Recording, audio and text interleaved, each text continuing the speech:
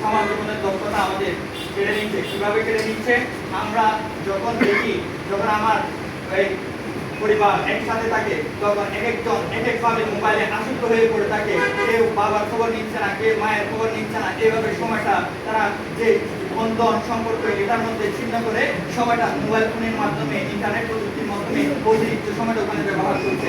সে সাথে আরো ব্যবহার করা হচ্ছে কিভাবে?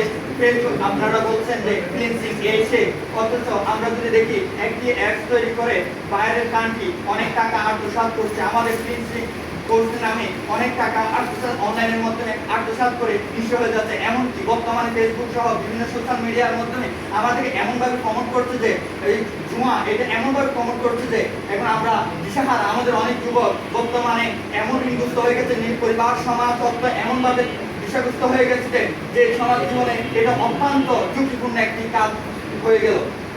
যে কারণে এটা যদি অপব্যবহার, আমরা সবসময় বলি ব্যবহার যদি হয়, সঠিক হয় তাহলে ভালো, কিন্তু অতিরিক্ত ব্যবহার কখনো ভালো নয়। আল্লাহ তাআলা কোরআনে বলেন যে তোমরা অপচয় করো না, নিশ্চয় অপচয়কারী শয়তানের ভাই। সেজন্য আমি বলতে পারি এই যে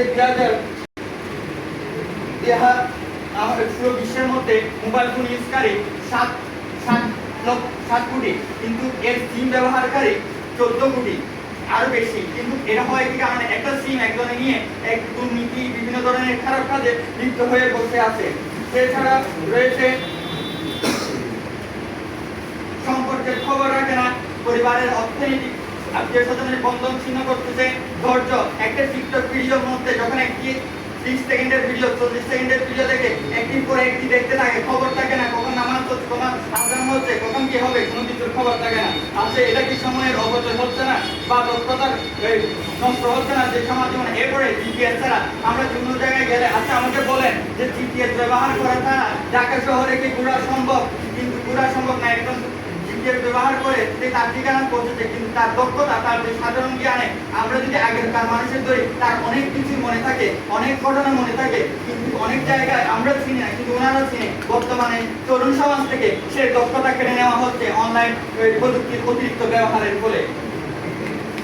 প্রযুক্তি কোনো অভিশাপ নয়, প্রযুক্তি কোনো অভিশাপ নয়, কিন্তু যখন এর ব্যবহার সমাজ, কর্ম, চিন্তা, নানাবিধ দক্ষতা কেড়ে নিচ্ছে, তাহলে এটা আমাদের জন্য প্রযুক্তি একটি অস্বাস্থ্যকর, আমি মনে করি অতিরিক্ত ব্যবহারটা আমাদের জন্য অস্বাস্থ্যকর হয়ে পড়েছে। তরুণ সমাজকে বাঁচাতে হলে, বর্তমান তরুণ সমাজকে একটু বাঁচাতে হলে আমি মনে করি প্রযুক্তির ব্যবহার আর একটু কমিয়ে আনা প্রয়োজন। ধন্যবাদ সবাইকে, ধন্যবাদ। আসসালামু আলাইকুম।